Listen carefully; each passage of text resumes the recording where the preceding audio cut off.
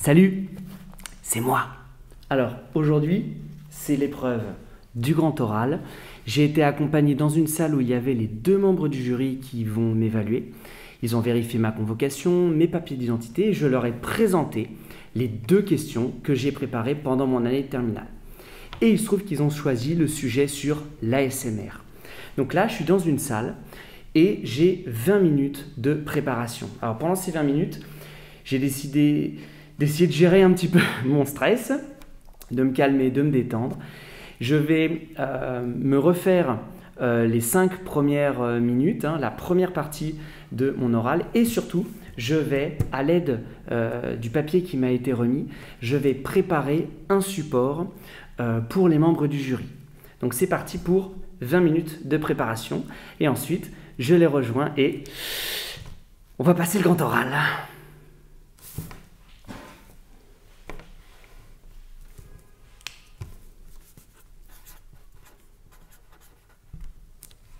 Et voilà, ça y est, j'ai terminé mon support. Regarde ce que j'ai fait. J'ai tout d'abord décidé en haut de réécrire ma question.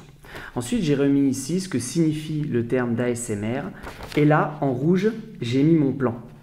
Après, j'ai décidé de faire un schéma de la régulation du stress. Et en bas, j'ai mis les références de 3 études anglaises et américaines dont je vais faire référence pendant mon grand oral. Donc ça y est, j'ai terminé, mes 20 minutes sont terminées. Je prends mon support, mes affaires et c'est parti. Bonjour, vous êtes bien Alexandre Saubion? Oui, c'est moi. Alors, nous avons choisi une des 2 questions avec ma collègue et on va vous expliquer un petit peu comment va se dérouler cet entretien. Nous allons lancer un chronomètre. Dans un premier temps, vous aurez 5 minutes. Ensuite, on arrêtera le chronomètre. On le lancera à nouveau pour 10 minutes où ma collègue et moi, nous vous poserons des questions, nous échangerons par rapport à votre prestation précédente. Puis nous arrêterons le chronomètre et nous le remettrons pour 5 minutes où vous nous présenterez un petit peu votre projet professionnel, votre projet d'orientation. Très bien, merci. Alors j'ai un document que j'ai préparé. Très bien. Que je vous remets. Merci. Eh bien, nous lançons le chronomètre.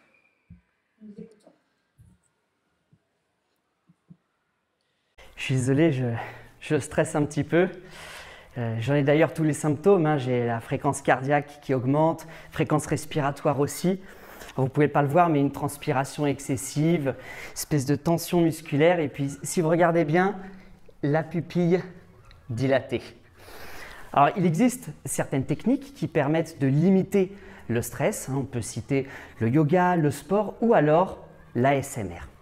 L'ASMR vient de l'anglais et signifie Autonomous Sensory Meridian Response et correspond en fait à des vidéos très popularisées par les réseaux sociaux dans lesquelles il y a une compilation de sons, des sons où l'on chuchote, où l'on tapote, on gratouille, on frotte.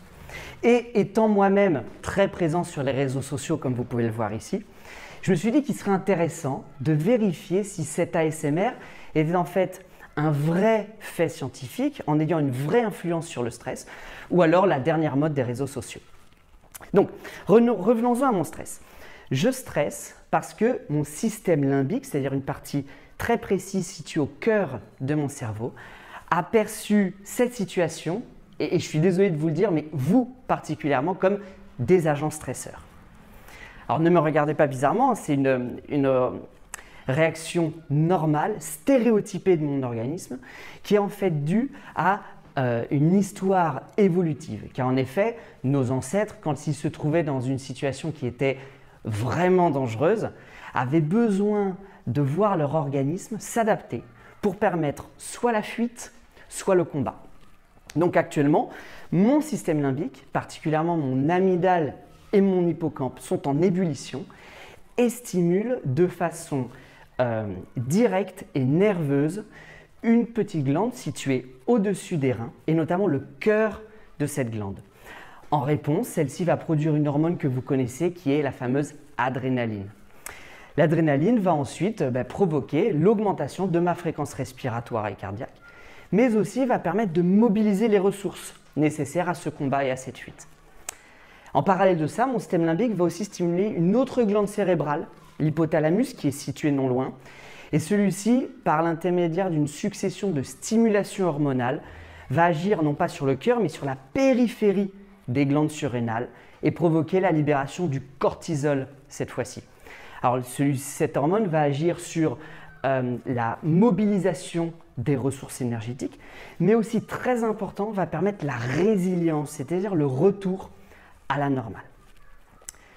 Et donc l'ASMR dans tout ça.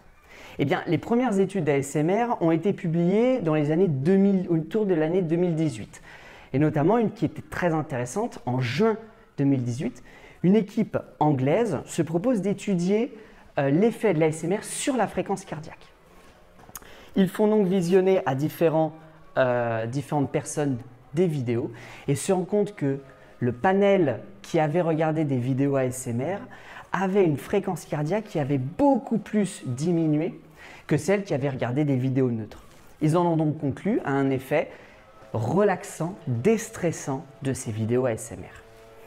Et ensuite, 3 mois plus tard, en septembre 2018, eh bien, c'est cette fois-ci une équipe américaine qui se propose d'étudier l'effet de ces vidéos sur le cerveau et procède sur 10 personnes à des IRM fonctionnels. Et il remarque que lors du visionnage de vidéos type ASMR, des zones très précises du cerveau voient leur activité cérébrale augmenter, et notamment la zone de la récompense et la zone des émotions. Donc l'ASMR agit bien sur le cerveau, mais en plus de ça sur des zones qui sont très précises et potentiellement liées au stress. Mais les choses ne sont pas si évidentes que ça, puisqu'en fait, dès le mois d'août de cette année 2018, une autre équipe américaine montrait qu'il existait en fait un effet placebo. En effet, dans le panel de gens qu'ils ont étudiés, ceux qui connaissaient l'ASMR et qui en connaissaient les vertus voyaient l'effet positif de ces vidéos amplifié par rapport à un groupe témoin.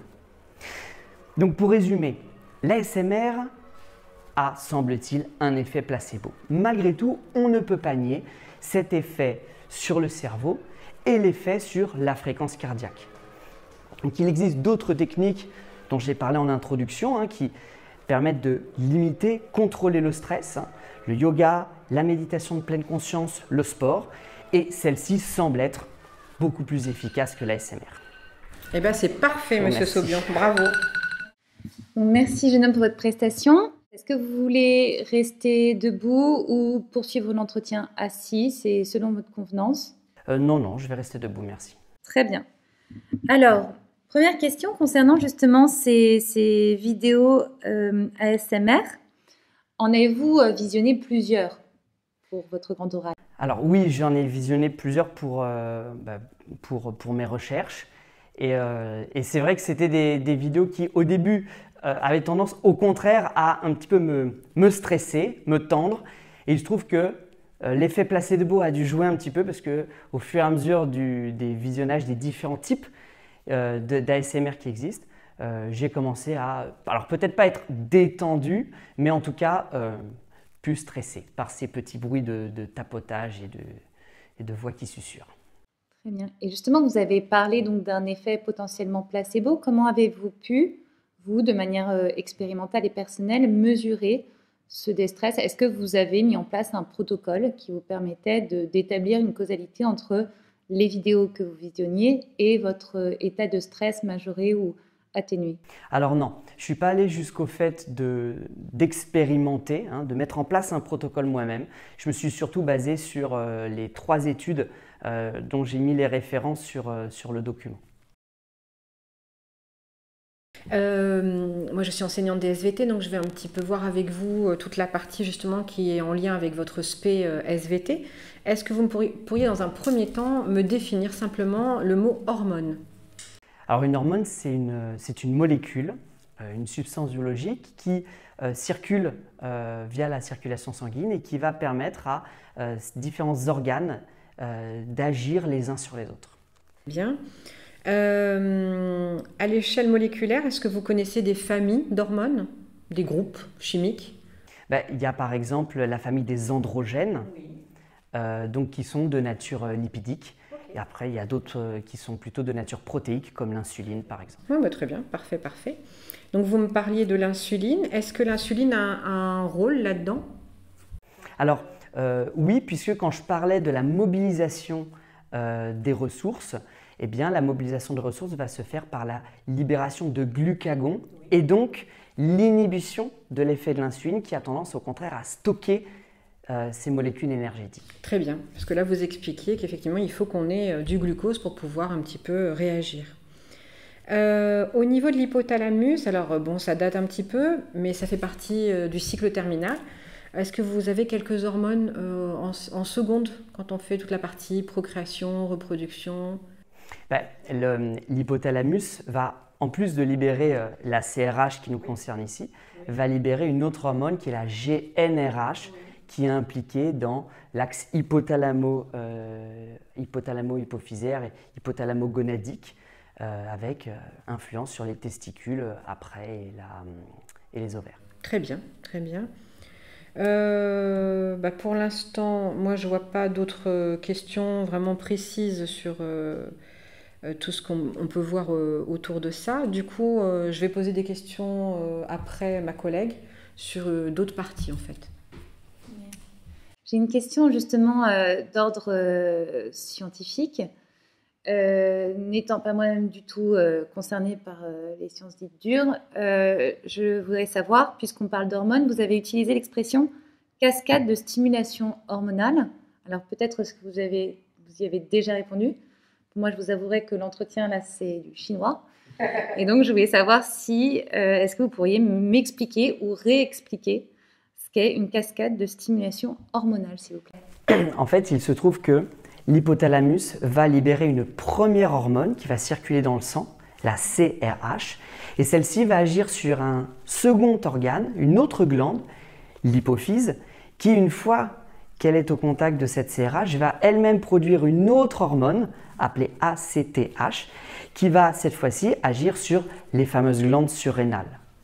Donc un organe 1 produit une première hormone qui va stimuler un deuxième organe, qui libère une seconde hormone et qui va enfin stimuler l'organe 3 qui lui-même libère, ici c'est le cortisol. Très bien, merci beaucoup. Et une autre expression que vous avez aussi mobilisée qui avait l'air d'être centrale, vous avez parlé d'IRM fonctionnelle. Alors, une IRM, c'est une imagerie à résonance magnétique. C'est une technique d'imagerie médicale qui permet de voir l'intérieur du corps et ce qui est différent de la radio à rayon X, on va pouvoir voir les organes mous. Et la particularité de l'IRM dite fonctionnelle, c'est qu'on va pouvoir interpréter les zones du cerveau qui sont plus actives que les autres. Merci. Alors du coup, je vais aller un petit peu plus loin dans notre échange. Donc vous avez beaucoup parlé d'organes, hein, les glandes surrénales, le cerveau avec l'hypothalamus, etc. Donc vous avez dit que c'était une molécule. Donc nous sommes maintenant non plus à l'échelle de l'organe, mais à l'échelle de la molécule. Donc cette molécule est véhiculée par le sang et arrive sur son organe cible. Est-ce que vous pouvez me donner un peu plus de détails sur son mode d'action à l'échelle moléculaire? Une hormone, donc comme vous l'avez dit, une fois qu'elle arrive sur l'organe cible, va être au contact des cellules. Et les cellules qui sont cibles de cette hormone en fait, présentent à leur surface des récepteurs spécifiques à cette hormone dont les formes en fait, sont complémentaires. Et la fixation de cette hormone sur son récepteur va ensuite engendrer une cascade de réactions, alors qui est différente en fonction des types d'hormones, mais qui va systématiquement agir à une modification du fonctionnement de la cellule, la transcription de nouveaux gènes par exemple. Très bien. Autre question qui concerne un petit peu justement les études qui ont été faites. À quel moment on peut parler d'études? Combien de personnes sont concernées? Est-ce que si je fais une étude sur 5 personnes, c'est suffisant? Alors, une fois que les résultats sont obtenus, en fonction des résultats et de l'effectif de l'échantillon testé, il existe certains modèles mathématiques, certaines formules mathématiques qui permettent de vérifier la validité. Donc on peut par exemple tester la plus-value ou un qui-2 qui permet de vérifier si les résultats sont significatifs. Alors justement, il se trouve que l'étude de septembre 2018 ne présentait que 10 personnes testées. Alors, potentiellement, si l'étude a été publiée, c'est que ces résultats étaient valides, mais on pourrait imaginer élargir l'échantillon de personnes testées pour avoir des résultats plus solides. Très bien. Avez-vous d'autres questions? Oui, une dernière question qui me traverse l'esprit depuis le début de l'entretien. On sait que le stress existe chez les humains et chez d'autres animaux. Est-ce que la réponse, alors ce sera sans doute mal formulé, mais la réponse hormonale ou corporelle au stress est la même chez les hommes ou chez d'autres animaux? Alors, il se trouve que le stress et la régulation du stress est une réponse physiologique qui est commune aux vertébrés. Donc oui, les autres animaux vertébrés vont produire de l'adrénaline, vont produire du cortisol. Après, ces molécules vont être légèrement différentes parfois entre les espèces.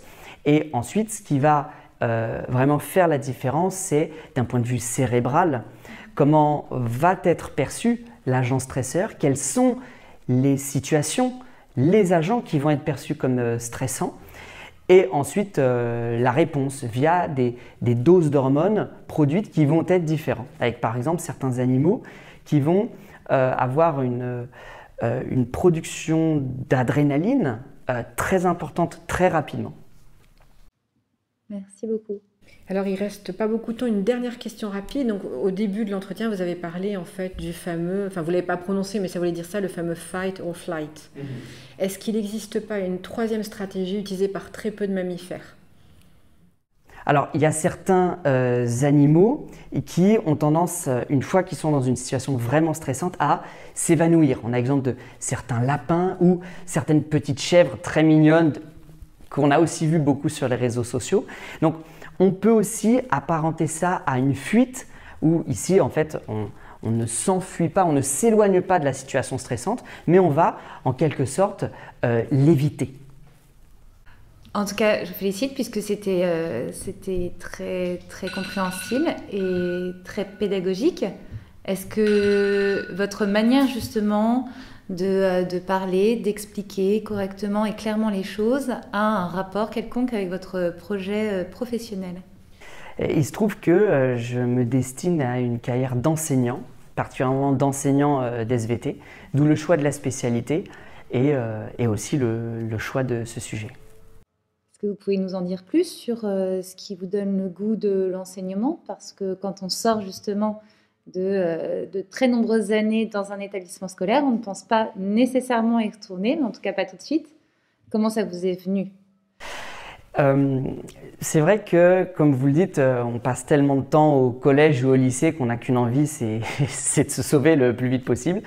Et il se trouve que j'ai été amené par l'intermédiaire de mes professeurs à expliquer en petits groupes ou alors à la classe certains phénomènes des SVT que je maîtrise. Et c'est vrai que j'ai pris goût à voir les élèves comprendre cette interaction qui lors de ce petit laps de temps, se modifiait un petit peu. J'ai trouvé ça très, très intéressant. Au niveau des études, comment ça va se passer? Alors, pour l'instant, je me projette sur une filière de licence et ensuite un master qui aura peut-être le temps d'évoluer jusqu'à ce que j'y arrive, mais un master enseignement qui me permettra ensuite d'accéder au concours. Et donc, qui dit concours dit stress, donc d'où l'intérêt de connaître comment fonctionne le stress et des techniques pour pouvoir les gérer. Donc très concrètement, quand vous serez en année de concours, vous mettrez quoi en place pour gérer votre stress? Je pense que l'une des bonnes stratégies, c'est d'y aller de façon graduelle. Un concours, ça se prépare sur 1 voire 2 ans, donc on a le temps. Donc pourquoi pas démarrer par l'ASMR, qui est une technique non médicamenteuse, et ensuite, en fonction du temps aussi mis à ma disposition, et c'est des techniques qui ont montré un réel effet, je le disais tout à l'heure, yoga, sport ou méditation de pleine conscience. Et par contre, si le stress devient vraiment trop important, passer à une solution médicamenteuse. Avec l'appui d'un professionnel, d'un médecin.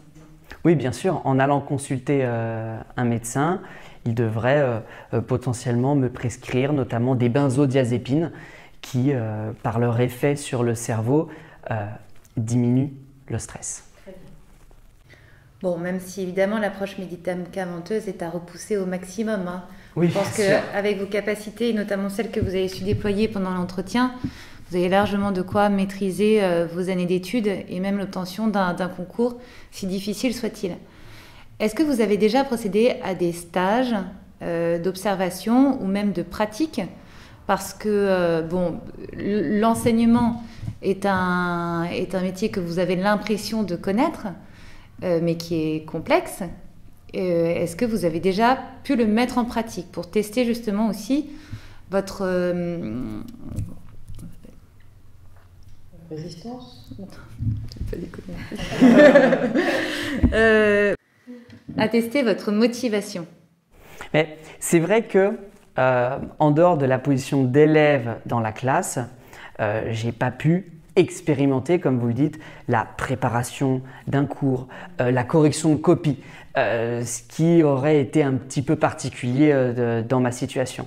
Mais j'ai beaucoup échangé avec mon enseignante d'SVT cette année et d'autres d'ailleurs qui m'ont expliqué qu'effectivement enseigner, ce n'était pas qu'être face à élèves, qu'il y avait énormément de travail en amont. Bon, en tout cas, elle n'a pas l'air de vous avoir découragé. Non, non, non. Eh ben, c'est heureux parce qu'il en manque. Est-ce que vous pourriez, vous, quand vous serez enseignant, aider vos élèves justement qui seraient en situation de stress? Mais je pense que déjà le fait que cette notion de stress et de gestion du stress soit intégrée dans le programme est un premier pas. Après, ce qu'on pourrait regretter, c'est que ça n'arrive qu'en terminale de spécialité. Et d'ici à ce que je sois enseignant, peut-être que cette notion-là sera apprise et intégrée dans les programmes dès le collège, pourquoi pas. Et après, effectivement, je pense que l'enseignant peut être déjà une oreille qui peut accueillir le stress et aussi proposer des solutions adaptées puisque l'enseignant a une bonne connaissance de ses élèves. Très bien. Merci Je vous beaucoup. remercie. Merci beaucoup pour ce passage à l'oral. Merci. On va prendre le temps de discuter avec ma collègue concernant votre évaluation, mais vous pouvez partir, je pense, serein. Oui, je suis d'accord avec vous. Merci beaucoup. Merci beaucoup. Au revoir. Au revoir. Je me suis dit, mais écoute C'était super. Ouais, c'était super bien. Et bah en vrai. Vraiment, tu devrais être prof. Non mais en vrai, c'est dur. Bah ouais, c'est dur. En tout cas, c'est un peu plus difficile que ce que j'avais imaginé. Dans cette deuxième partie de la vidéo, on va revenir un petit peu sur le grand oral que j'ai passé.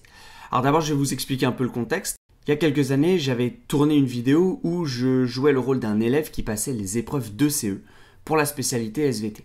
Donc là, je me suis dit que ce serait bien de faire la même chose pour le grand oral.